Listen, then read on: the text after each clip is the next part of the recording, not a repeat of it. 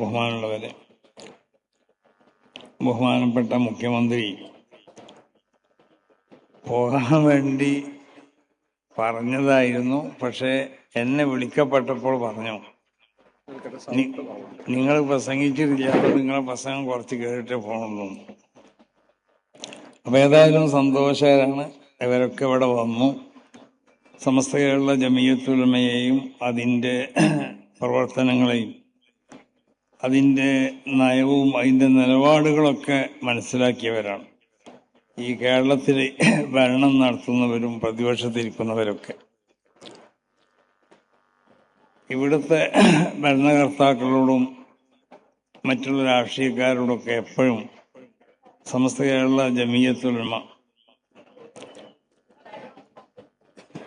വളരെ ആവശ്യമായതും നീതിപൂർവമായ കാര്യങ്ങൾ മാത്രമേ എപ്പോഴും ആവശ്യപ്പെടാറുള്ളൂ. അത് ഭരണ പ്രതിപക്ഷ ഏത് ഗവൺമെന്റുകൾ ഇവിടെ വരുമ്പോഴും സമസ്ത കേരള ജമിയത്തുൽ ഉലമയുടെ ആവശ്യങ്ങളും മറ്റും പരിഗണിക്കപ്പെട്ടിട്ടുണ്ട് എന്നത് ഒരു യാഥാർത്ഥ്യമാണ്. അത് LDFും അങ്ങനെ ചെയ്തിട്ടുണ്ട്, UDFും ചെയ്തിട്ടുണ്ട്. അപ്പം അതുകൊണ്ട് നമ്മളെ സംബന്ധിച്ചിടത്തോളം ഇവിടുത്തെ രാഷ്ട്രീയ കക്ഷികളോടൊക്കെ സമസ്ത കേരള ജമിയത്തുൽ ഉലമ പുലർത്തി പോരുന്ന ഒരു സൗഹൃദമുണ്ട്. ആ സൗഹൃദം എന്നും ഇവിടെ നിലനിർത്തിക്കൊണ്ടുപോകണം എന്നൊരാഗ്രഹമാണ് സമസ്ത കേരള ജമിയത്തുൽ ഉലമക്ക് ഏറ്റവും പ്രധാനമായിട്ടുള്ളത്. കാരണം വളരെ അടിസ്ഥാനപരമായ ചില തത്വങ്ങളുടെ മേലിലാണ് വിശുദ്ധമാവുന്ന ഇസ്ലാമിനെ ഇവിടെ സ്ഥാപിക്കപ്പെട്ടുള്ളത്. ഒന്ന് വിശ്വസ്തത, മറ്റൊന്ന് സത്യം, മറ്റൊന്ന് നീതി. ഇത് ഇങ്ങനെ വളരെ വിശുദ്ധമാവുന്നതായ അടിസ്ഥാനങ്ങൾ. ആ അടിസ്ഥാനങ്ങൾ അത് അടിത്തറ പാകിക്കൊണ്ട് സ്ഥാപിക്കപ്പെട്ടതായ ഒരു മതമാണ് വിശുദ്ധ ഇസ്ലാം. അപ്പോൾ എന്നും നീതിൻ്റെ ഒപ്പം മാത്രമേ സമസ്ത കേരള ജമിയത്തുൽ ഉലമ നിന്നിട്ടുള്ളൂ. സത്യത്തിൻ്റെ കൂടെ മാത്രമേ സമസ്ത കേരള ജമിയത്തുൽ ഉലമ നിന്നിട്ടുള്ളൂ. സമസ്ത കേരള ജമിയത്തുൽ ഉലമ ജനങ്ങൾക്ക് നന്മ ചെയ്യുക, ജനങ്ങളോട് മാത്രമല്ല, ഇവിടുത്തെ സർവചരാചരങ്ങൾക്കും നന്മ ചെയ്യണം എന്നുള്ളതാണ് ഇസ്ലാമിൻ്റെ തിയറി. അതാണ് ആ ഒരു പ്രത്യേക തിയറിൻ്റെ പേരിലും സ്ഥാപിക്കപ്പെട്ടതാണ് വിശുദ്ധമാവുന്ന ദീൻ. അപ്പോൾ ഇവിടെ ഇപ്പോൾ നമുക്കറിയാം, കുറച്ച് ദിവസങ്ങൾക്ക് മുമ്പ് ഒരു ആൾക്കൂട്ട കൊല നടത്തി. അത് നമ്മളെ രാജ്യക്കാരനാവട്ടെ അല്ലാത്തവനാവട്ടെ, ഈ ലോകത്തുള്ള ഒരു മനുഷ്യനെയും അക്രമമായി കൊണ്ട് കൊല ചെയ്യപ്പെടാൻ പാടുള്ളത്. ആ ഒരു അക്രമ സ്വഭാവം നമ്മളിൽ നിന്ന് ഉണ്ടാവാനും പാടില്ല. ഇത് വിശുദ്ധമാവുന്നതായ ഇസ്ലാമിൻ്റെ അടിസ്ഥാനതാണ്. ആ അടിസ്ഥാനത്തിൽ പ്രവർത്തിക്കുന്ന സംഘടനയാണ് സമസ്ത കേരള ജമിയത്തുൽ ഉലമ. പക്ഷെ അതിന് വിപരീതമായി കൊണ്ട്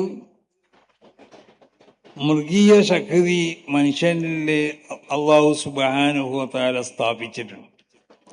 മനുഷ്യനെ സൃഷ്ടിക്കപ്പെടുമ്പോൾ മനുഷ്യനിൽ നിക്ഷേപിക്കപ്പെട്ട ഒന്നാണ് മൃഗീയമാവുന്ന സ്വഭാവങ്ങൾക്ക്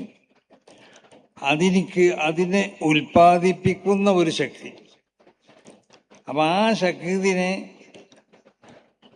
ബുദ്ധിപരമാവുന്ന ആ ശക്തി കൊണ്ട് അതിനെ അടിച്ചമർത്താൻ കഴിയണം. ഇതാണ് യഥാർത്ഥ ഒരു മുഅ്മിൻ, ഒരു മുസ്ലിം എന്ന് പറഞ്ഞാൽ അങ്ങനെയാണ്.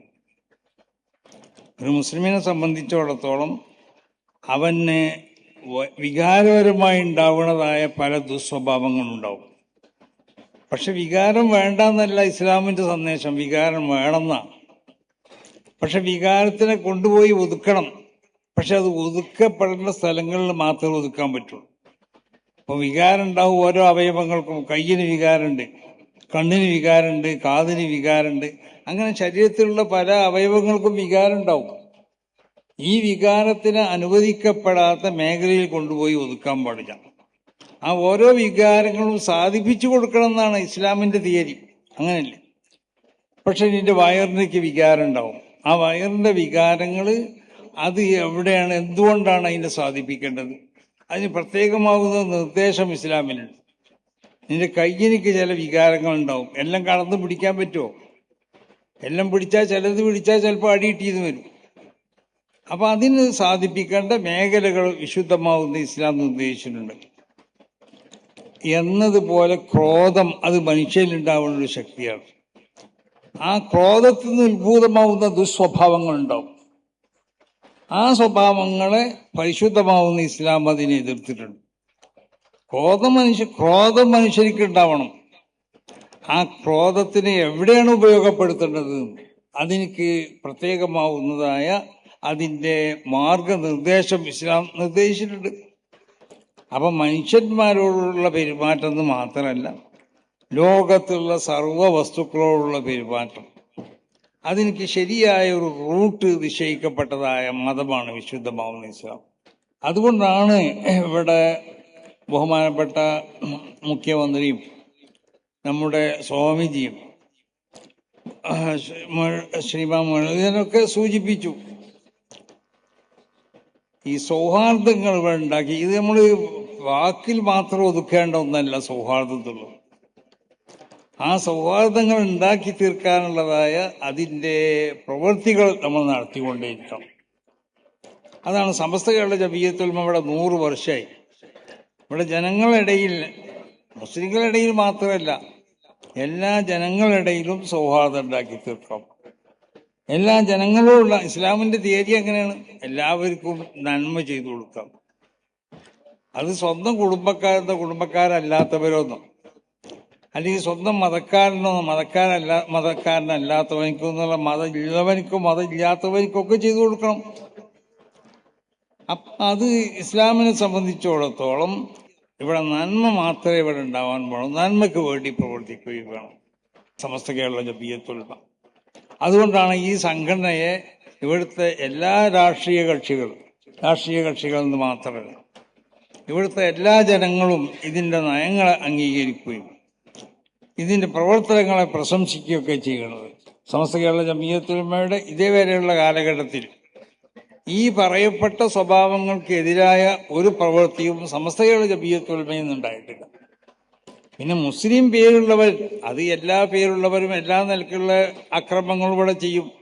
അത് മുസ്ലിം പേരുണ്ടായതുകൊണ്ട് മാത്രമല്ല, അത് മുസ്ലിം പേരുള്ളവർക്ക് എല്ലാ മതത്തിന്റെ അനുയായികൾ പലരും ആ മതത്തിന്റെ ശരിയായ നിർദ്ദേശങ്ങളും ഉപദേശങ്ങളൊക്കെ അനുസരിച്ച് ജീവിച്ചാൽ ഇവിടെ വല്ല കുഴപ്പമുണ്ടാവില്ലല്ലോ.